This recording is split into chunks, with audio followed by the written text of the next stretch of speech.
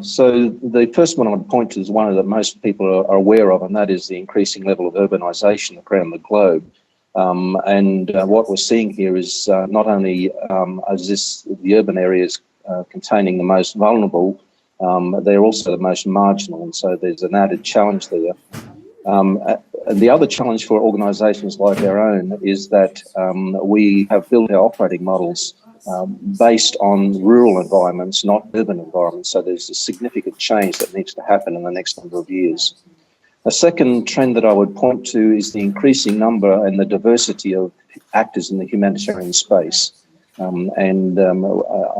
think that those of us who are already in that space are going to need to learn to be more effective in terms of how we navigate and have relationships with those new actors. So I refer to entities in the private sector, for example.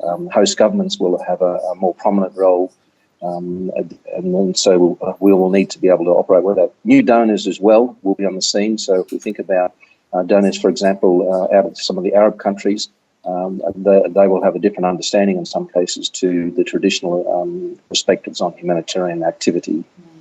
And then finally, a trend where, while we would celebrate the decreasing number of people who are actually in deep and chronic poverty, what we are seeing is those who remain in poverty will actually become more vulnerable, and those vulnerabilities will be much more difficult to deal with than those that we've dealt with at this point. In other words, the more challenging ones are still ahead of us, and so that's going to require some significant adjustments and new models for the humanitarian agencies to be able to respond appropriately.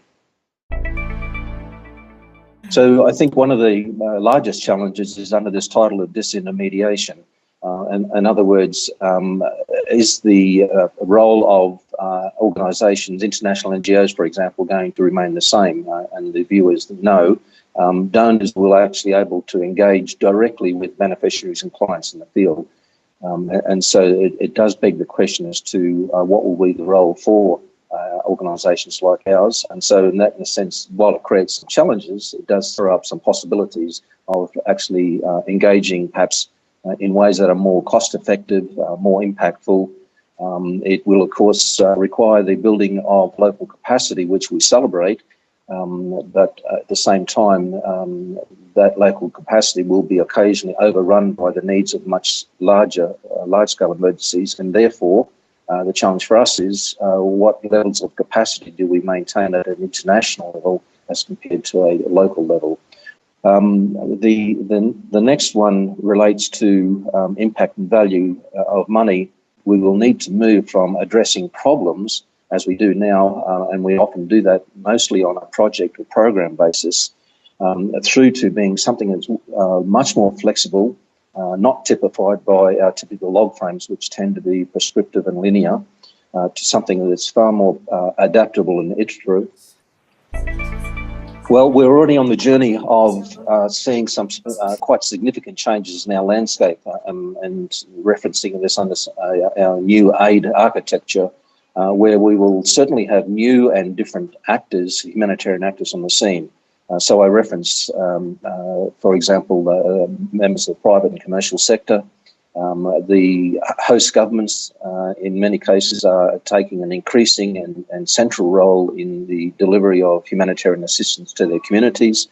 The other dimension is that increasingly, as these different actors become engaged in the humanitarian scene, providing assistance, it will be largely local first responders, private sector and commercial entities, and local governments who will be providing the majority of assistance to more traditional emergency events. The role and the domain, if you like, of the international NGOs and the UN, I think, will progressively move more towards those fragile contexts, those that are conflicted, those that are complex, and that will become the real focus of attention for international NGOs and the UN. The third area that I think will be dominant in the next 10 years is the whole notion of technology.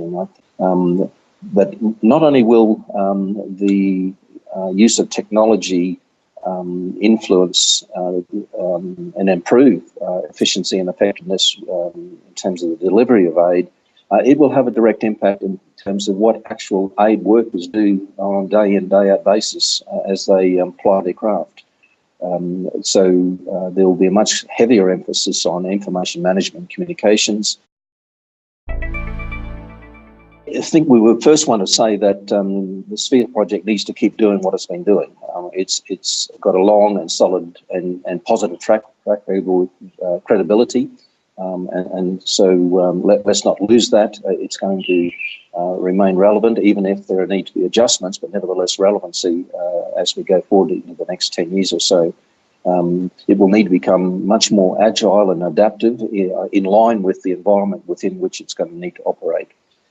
It has now and will continue to have, I think, an increasing role around providing a stable and environment related to standards, and particularly in an environment that is going to be itself rapidly changing. So I think the Sphere project has a niche where it can actually provide that stability in the midst of rapid change and fluidity. And then finally, I would suggest that in line with the new aid architecture, where we have new and different and multiple actors on the scene in terms of humanitarian assistance, I think there is clearly a role for Sphere project to be able to engage those new actors in the same way that, or perhaps in related ways, similar ways to what Sphere project does with existing humanitarian actors. And so I think there is a real opportunity to and a need to develop engagement strategies with the likes of the private sector and the commercial sector, with emerging governments who are taking increasing responsibilities as host governments for their communities. And there are no new donor communities, such as those in the Arab states, Turkey, etc., that perhaps have a different understanding to humanitarian assistance to what our traditional humanitarian actors do provide. So there will need to be, if you like, accommodation and adjustment that I think Sphere project can play a very significant role.